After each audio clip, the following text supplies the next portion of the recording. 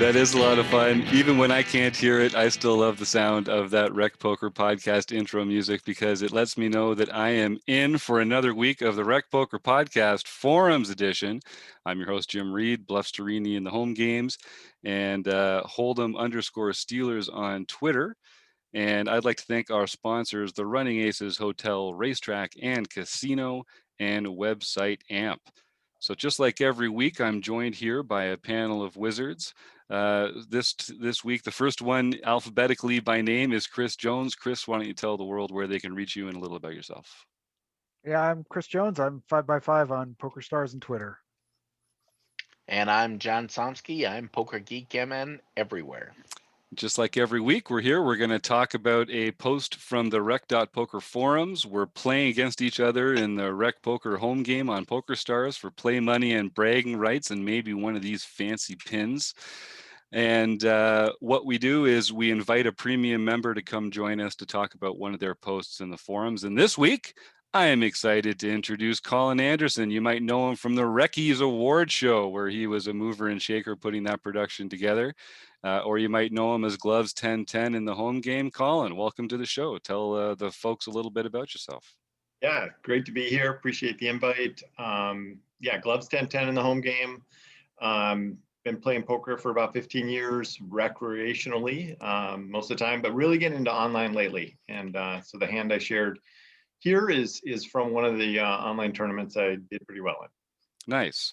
Well, it's great to have you here. And what we'll do is we'll just kind of go through the hand. We'll talk a little bit about it, the various decision points.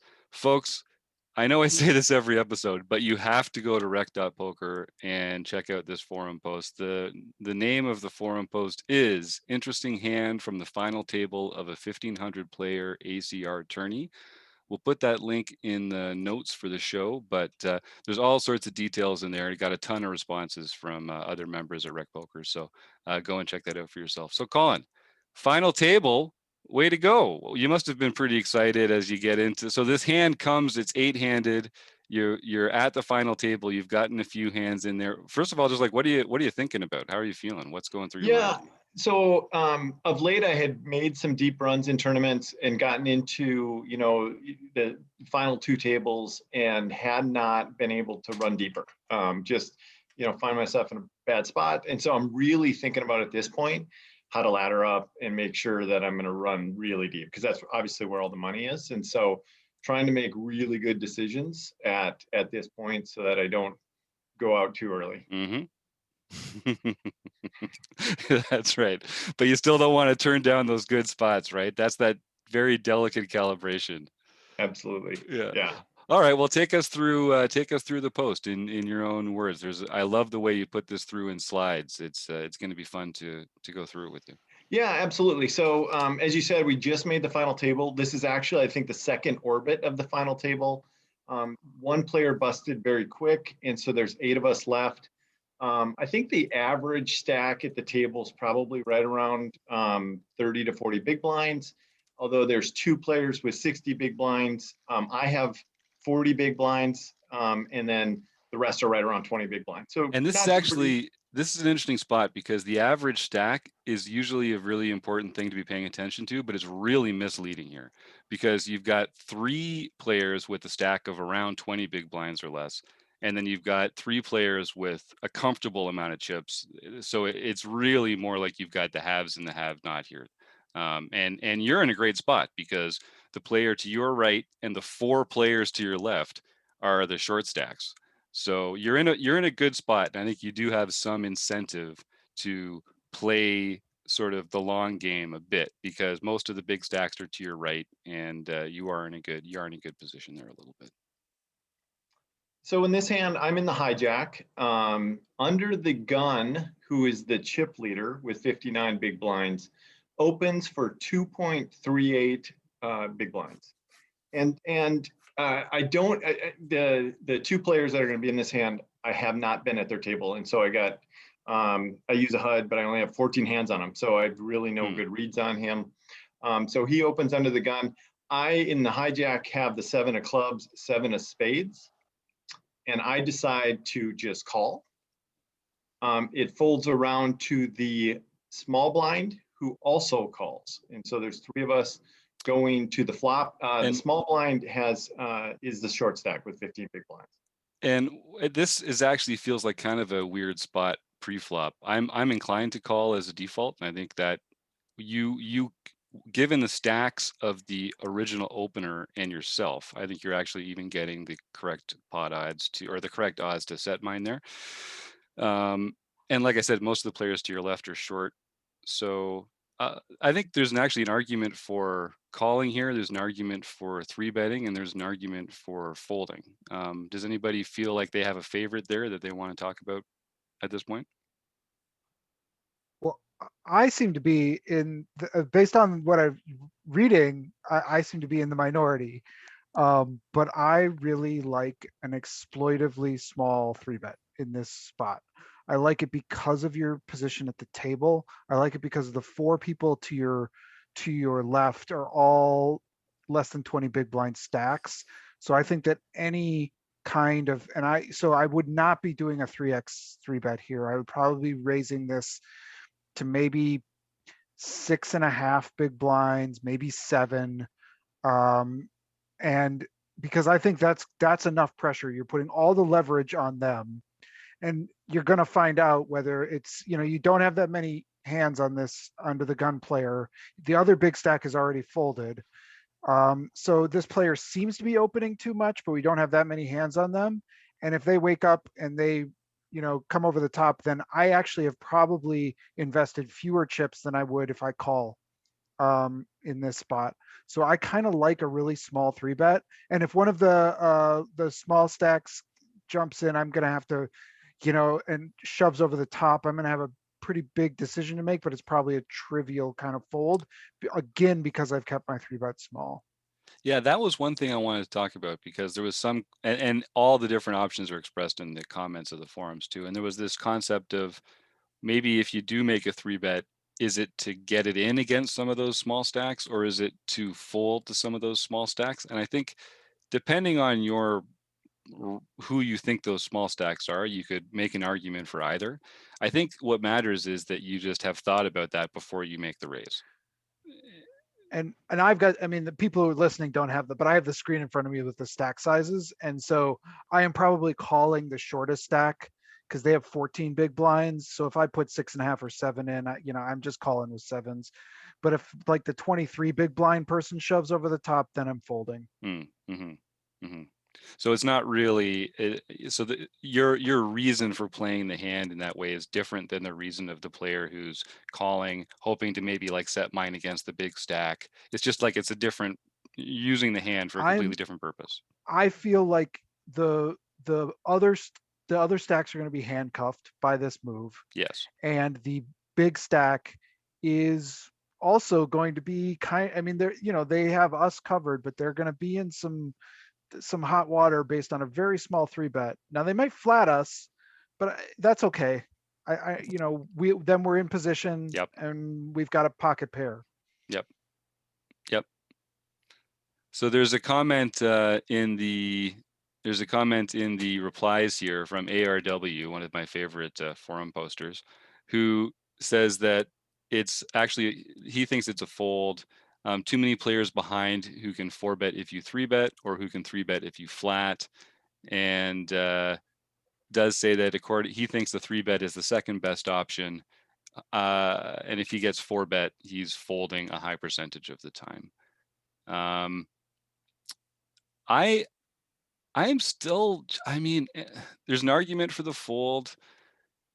I'm not sure I can not call. I'm not sure I can not call in real time, given the stacks. And then I'm probably folding to most of the shoves except the short stack. And I think that's just kind of like weak, tight leak of mine, to be honest with you.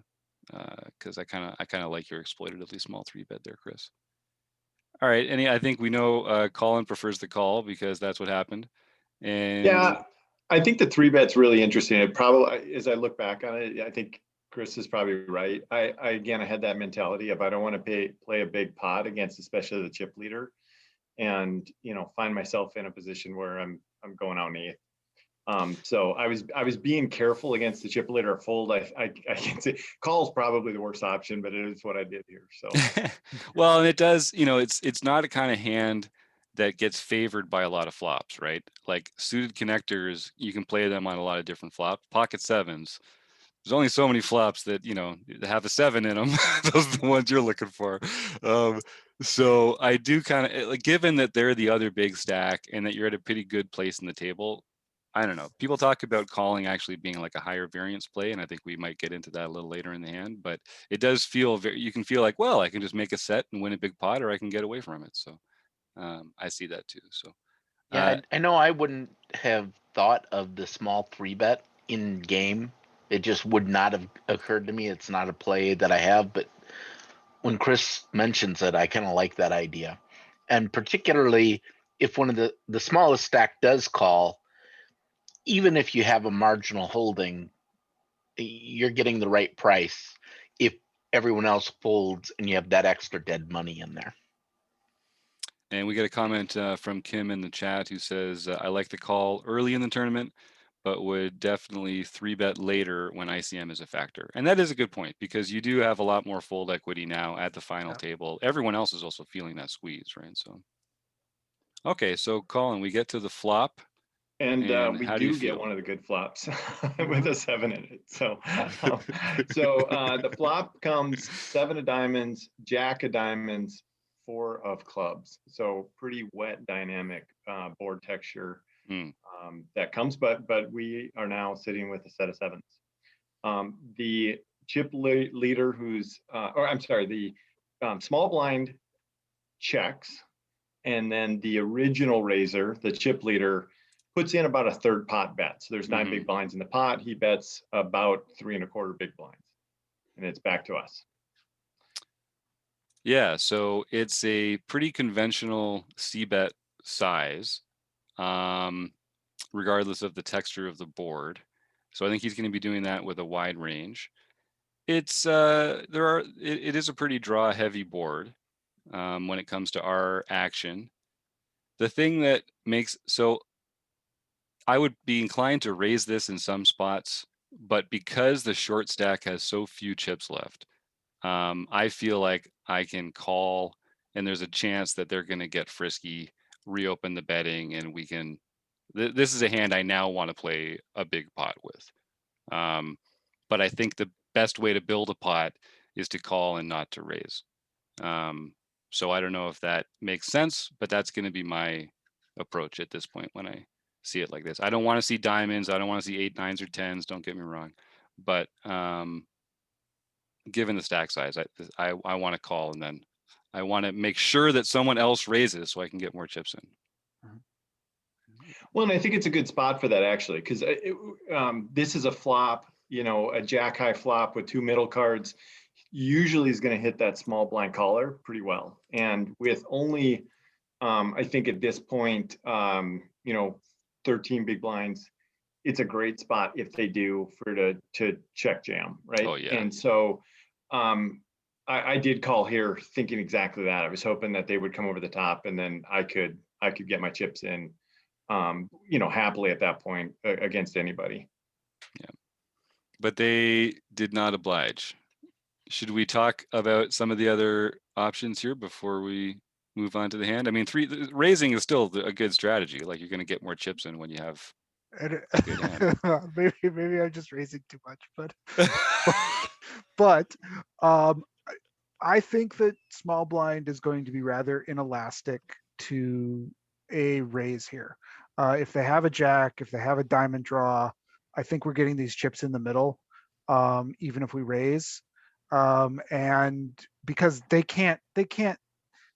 already committed, they shouldn't have flatted this really with this stack. And even if they did, now that they're here, they can't lose this pot. Right. So, I'm much more concerned about our under the gun opponent, and I want to charge them for any draws that they have, and take advantage of the fact that I have now got a very valuable strong hand. So I'm probably raising this in this spot. I think the thing I like most about what you just said, Chris, is that you're mostly concerned about the large stack opponent. And I think the fact is, you're so smart, Chris. This is true because the small stack, if they have a hand that is going to get in or not, it's going to get in or not. They are inelastic to our sizing here. And we have an opportunity to make a bigger pot against this other opponent who we are so much better served by doing that.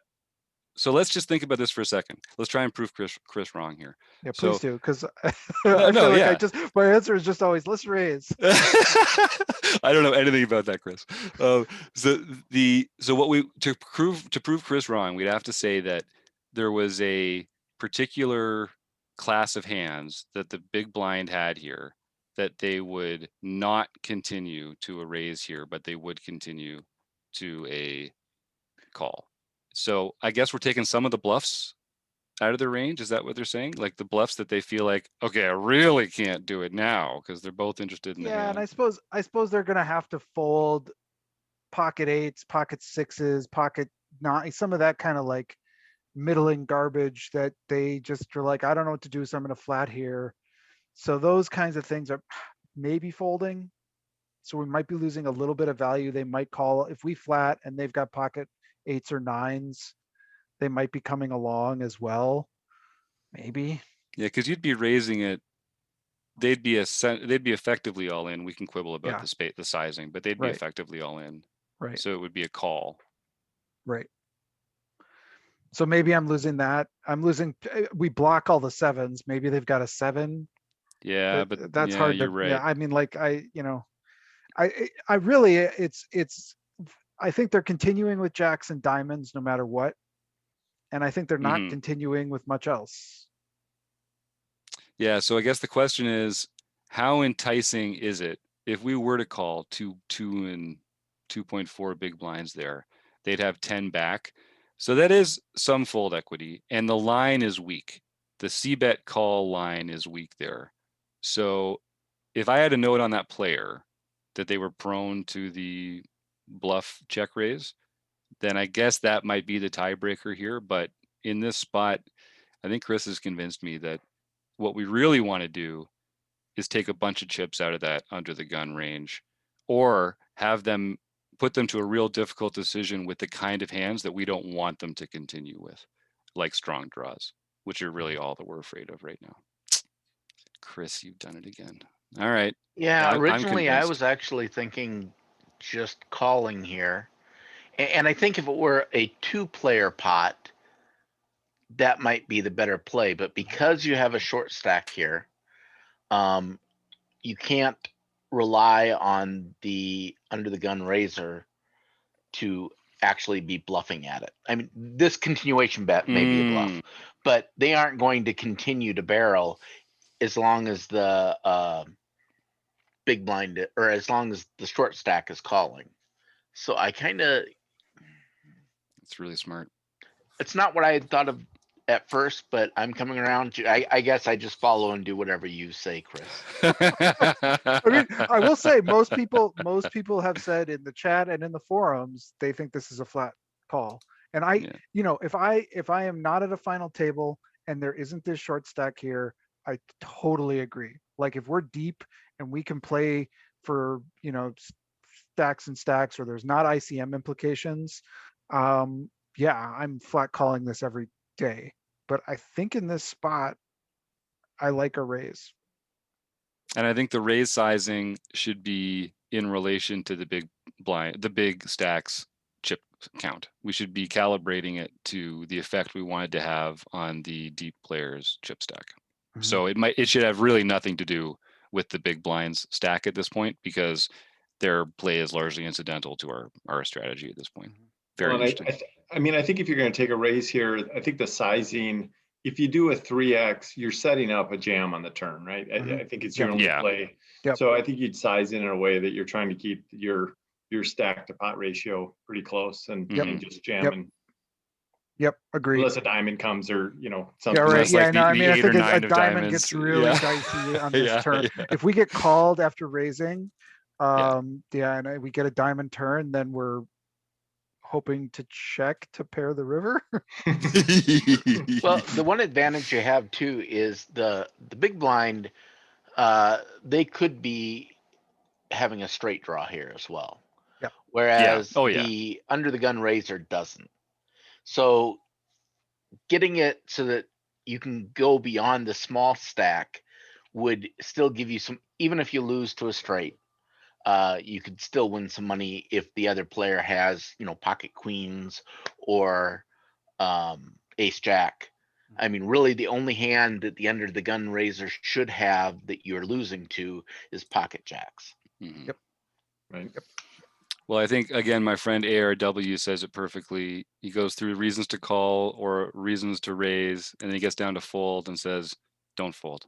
I agree with ARW. It is a 2-horse race at this Yes. point. Yeah. Now, normally, we're having such a good time with this. I feel like we should invite our friend Jonathan Little to just come say a few words before we get on to the turn. So, hey, Jonathan, do you mind joining us for a minute here? Have you ever wondered whether you should call a preflop raise or 3-bet instead? What do you do when you have a flush draw? Do you raise it or do you just call? What do you do with ace king when you miss the flop? Are you tired of guessing about what the right play is with your particular hand? Well, my name is Jonathan Little, and I am a 2-time World Poker Tour champion and creator of PokerCoaching.com, where we offer over 1,000 interactive hand quizzes where you play a hand and then get real-time feedback from our world-class pros. Don't guess and don't stress. Just register for your free account at pokercoaching.com/recpoker right now. Oh, all right. I think we did that one okay. All right, we're keeping that in. So we get to the turn, and I'll just refresh everyone's memory. So we called an early position raise with pocket sevens, and we got a third caller from the big blind. The flop was 7 of diamonds, jack of diamonds, 4 of clubs, and it went check, c-bet, call. The turn is the 8 of hearts. So the board is 7, jack, 4, 8, 2 diamonds. We've got 2 sevens. We're still feeling pretty good about our hand, I think. Colin, what happens next on this turn? Yeah, so now both of the small blind checks as well as the under the gun original raiser checks. Mm. And so we're facing 2 checks to us and our decision to bet, check, or obviously we're not folding. Yeah. Yes, the exploitatively tight fold. No, I'm just convinced they have the straight. Yeah, any thoughts right off the bat for, I mean, and I should point out the big blind player now has about a half a pot stack. So their play is again largely incidental here given the strength of our hand.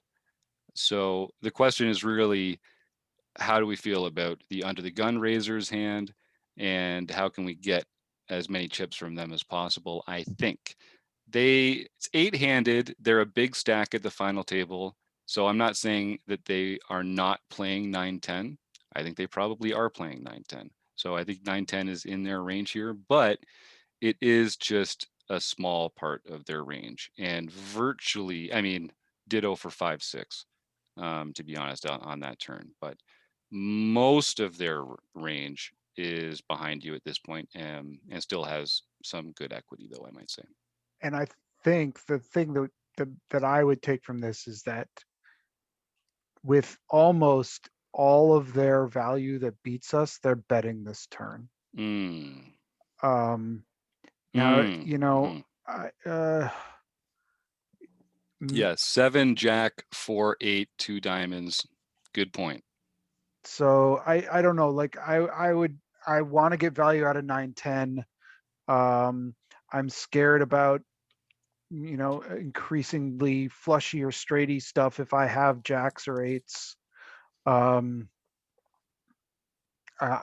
think once I see them check to us, I'm really confident that there are a few players in the field when you've got a big stack and you have a monster value hand, you just want to keep the pressure on. I can't imagine a world where we don't have the best hand right now.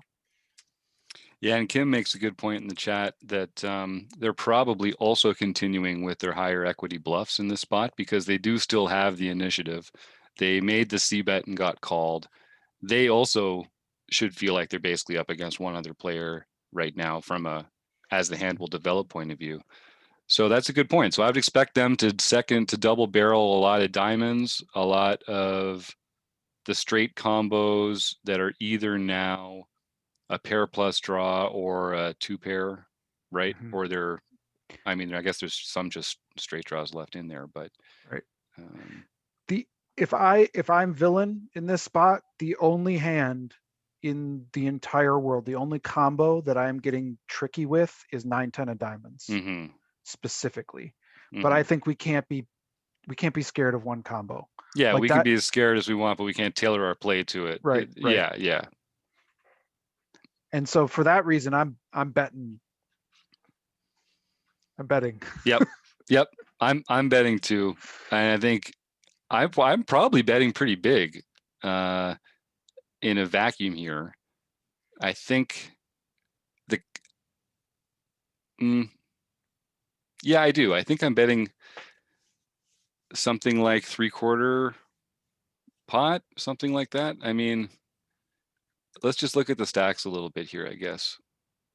So there's That's going to make 19 it in the middle, right? Yeah, 19 in the middle, and I've got 33, and I'm the effective stack. Yeah, the under the gun has 52. The small blind has 9 or 8. It's pretty small, and then the hero here has roughly 33 big blinds. Mm-hmm. Yeah, so it's true. It's true. Really, any bet that we make is going to make our river action kind of immaterial. Like we're going to have such a small stack left at the river. Any big bet is almost functionally similar. Should we be shoving? I don't like that we eliminate, like, I don't like what it does to our opponent's range when they continue. Maybe So we what should be is- making a smaller bet exploitatively. If you shove, are you going to get anyone? I mean, do you get the flush draw to Right. fold? Right. I mean, that'd be the only positive outcome I can think of. I mean, or they call you with the worst hand. That's obviously a positive Yeah. outcome as well. But it doesn't seem like, It unless they're screams. sitting on the flush, the Yeah. nut flush draw with maybe like the ace-8 of diamonds, which is unlikely for the under the gun player to have. But if they happen to have that, I could see them sticking around. But yeah, a call might just be the best way to get more value. If we had like another 50 big blinds behind us, then I like a big bet here. And we can leverage more on the river when it goes our way, or even, well, probably only when it goes our way, given the run out so far. But the fact that any big bet here leaves us no bet on the river. Do you guys have a position on that? Like, if it was a bluff, you would just shove it, right? Given that that's the case, you wouldn't make a pot size bet now and save yourself a quarter pot bet on the river with the bluff. So you would just over bet, shove your bluffs. So then shouldn't we be over bet shoving some value hands like this as well? Or should we just not have a balanced over bet shoving range? Poker's hard.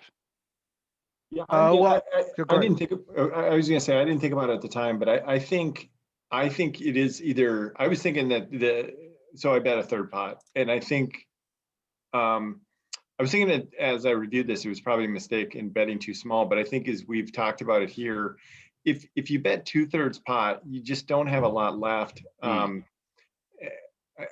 guess you can make an argument for it, but I think it is. I'm warming up to the either shove or a small bet, right? Exploitative small bet, trying to get them to bring along those hands that you beat, which is most of the ranges we've said.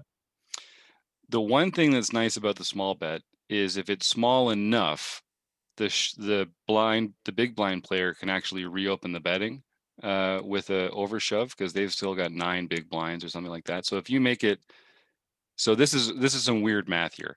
You would never advocate for making like a 4 big blind bet into a pot of 18 big blinds with middle set on a 7-8 jack 10, you know, but given that the difference between 4 and 7 doesn't really make any difference to the total chip stack, but it allows that big blind player to reopen the betting. There's an argument for doing it even a little smaller to make it look bluffier and let them reopen the betting when they shove. But I think you've actually, man, this hand, Colin, you picked such a good hand. You've turned me backwards to frontwards on both of the streets we've examined so far. Now I kind of like that exploitative small bet. And again, the problem is on the last street, we made an exploitatively small bet because we wanted to get raised and we didn't. So we can't think, these are the kind of players that like to make raises over exploitably small bets.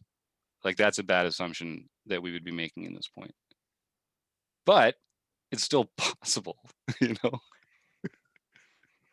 All right, so we end up making the third pot bet, which is 6 or 7 big blinds or something like that. Yeah, Kim says, tough hand, still don't like the small bet with all the draws. Yeah, there's something about it that just feels icky to me too, Kim. I don't know what it is. Maybe we'll have to put this through the solver in one of our study groups on Saturday or something and figure this out. Yeah, Chris, you look I like... will say, if we had done an earlier street action where we raised, we would be in a spot here where it would be a much easier It's true. decision. Yeah. We would just be shoving. And it's one of those cards that I think it goes to show how smart that would be, because I think I would still happily shove here on this 8, even though it brings in 2 different straights. And if it was the 8, 9, or 10 of diamonds, that would be a tougher decision. Yeah. But I'm probably, I really like that. I think that's right. And it goes to show how important pot geometry is and how the sizing on earlier streets really shapes the hand, not just the size of future hand bets, but the actual action. So that's very interesting. All right, so I agree. As it is, what happens here, Colin? Yeah, you bet a third of the pot and the blind player folds, right? And Yeah, it they gets folded. called. Yep. Yeah, they folded there with an 8 big blind stack, and then Right. the under the gun just calls. And so we have going to the river a pot of 32 big blinds. The under the gun has 46 big blinds, and we have 26 big blinds. So just under the pot. And the river card is the 10 of hearts. So now we have a 7 of diamonds, jack of diamonds, 4 of clubs, 8 of hearts, 10 of hearts. Not exactly what we were looking for. There's a 4-card straight on the board now, and the under the gun open jams. Of course he does. Of course he does. Oh boy. So and what is your let's just review the action in the hand so far so that people can think about the lines that players have taken. So it went open raise, call. On the flop, it went c-bet, call. On the turn, it went the c-better checked, we bet, and they called, and now they're leading, shoving into us when the 4-card straight comes there. So that c-bet could be all sorts of stuff. That c-bet range contains all sorts of stuff. That turn check calling range has a lot of hands that are now straights or 2 pairs, I think. So it would be nice if we beat both of those hands. That would be very convenient. Unfortunately, we only beat the 2 pairs and we lose to the straights. So that's unfortunate. And then the lead here, can we eliminate any of those hands from their lead jam on the river? Is there anything that you're thinking like, oh, well, they would never do that? Like, I like Chris's point about how a lot of these strong hands would have bet the turn and not check called. I know in this situation, if I had the straight as the villain, I am always jamming it because I want it to look like a missed flush draw. Mhm. And right now, looks a lot like pocket nines to me. Mm. Because pocket nines are of all the hands that make a straight, that's the most likely one that the under the gun player is likely to hold. Or diamonds with a 9. They have 2 diamonds with a 9. 8, Yeah. 9, 9, 10, queen 9, king 9, ace 9, any of those I think are. Yeah, it's just tough to tell. I mean, a lot of under the gun players won't open those hands. Yeah. Although he Mhm. is the chip leader, which is Chip going to make leader. him Yep. Yep. I think they're going to open be a little wider wider. too. Yeah. Yeah. And what are people? So you're facing this jam. It's for your tournament life. It's the final table. You've gotten a set that's gotten less exciting on every street. What are you thinking, Chris? Well, so one of the benefits, so this is where, you know, you're looking to tell me why I was wrong. One of the benefits of some of the smaller bets that we've made in this hand, rather than raising this, is that we can still fold this and still have the third largest chip stack at the table. So, I mean, I think I'm, you know, Villain's probably doing this with their diamonds that don't contain a 9. And so, there are a lot of bluffs on this board, but with ICM and with our ability to fold this and still, I think we're facing a 9 so often that this is a tight ICM fold for me. And I think the problem is that not a lot of their 2-pair combos are shoving here. Those are the hands in that range that we said we beat, and they're just not playing it this way. They'd rather check call or make a small bet, get called by a worse 2-pair or something like that. But you know, our range isn't devoid of 9s, and there's just a lot of ways 2-pair does not want to get into a huge pot here. So it feels to me like that leading range is probably, if it's balanced, it's going to be balanced with more like bluff airballs and actual diamond misdraws and that kind of stuff. So the value part of his range that we beat, I don't think takes this line often. So that stinks. I don't know. Do you guys actually fold in game, given all this? I'm not sure I'm good enough to fold there. Yeah, But right. I tend to think that Chris has the right move. I just don't know that I can pull that off. We got some comments here in the forum originally. Taylor Moss has put in several excellent comments. And at the end here, he agrees with Chris, smart guy. It says, my first reaction is call, but everything when you think about it ends up leaning towards a fold. Gross spot. And Kim in the chat says, I agree, this looks like a 9. Maybe a call earlier in the tournament, but now with ICM factor in play, it's a fold. Jamel, another great forum poster, says, as played, I think hands we beat may bet smaller for value. So this has to be a straight or a bluff. I agree, Jamel. And given ICM, I think I fold and have trouble sleeping that night.